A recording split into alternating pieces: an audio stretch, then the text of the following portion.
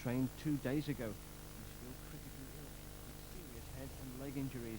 Well, we'd routinely examine all, shall we say, critical fastenings or connections and all items which might affect the handling of the vehicle. Our role has always been to take a strong line on failure to meet the terms of the Code of Practice.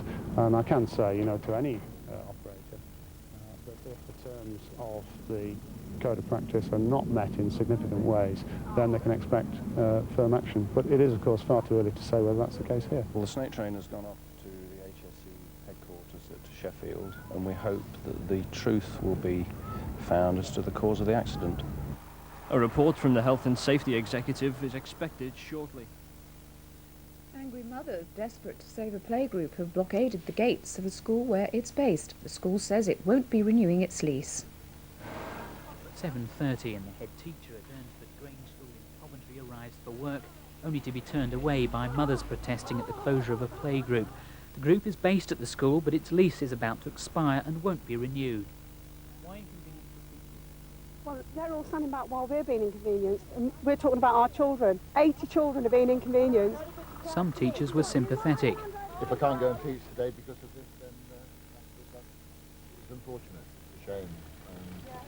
It needs to be resolved. You're trying to support children. Stopping the teacher staff going to work won't do that. But other teachers expressed dismay that they were being targeted. In a few minutes, 50 or 60 teachers are going to arrive at work. We need to be able to park our cars and teach the kids. That's all I'm saying. Oh! What's that? At one point, a stone was thrown at the protester, apparently by a child, but hit her placard. The culprit wasn't found. You guys want to get into school and teach? What time? Eventually, all the staff did get to work, though only by using other entrances. These are the children the row is all about. Their parents say they already attend the best playgroup in the area, and they shouldn't be made to go elsewhere. The playgroup is a great playgroup, and it's really hard, to see it go. The playgroup's lease runs out on Friday. The school says it's no intention of backing down. A man who spent £20,000 dismantling a factory brick by brick has been told he won't be allowed to rebuild it on a new site. 400 tonnes of bricks and 50 tonnes of wood are the raw materials of what was once a Victorian shoe factory at Barwell in Leicestershire. It was George Denny's dream to rebuild it, but the local council has denied him planning permission. And that's all for now. We'll be back with our next bulletin at 3:25. Do join us then. Bye-bye.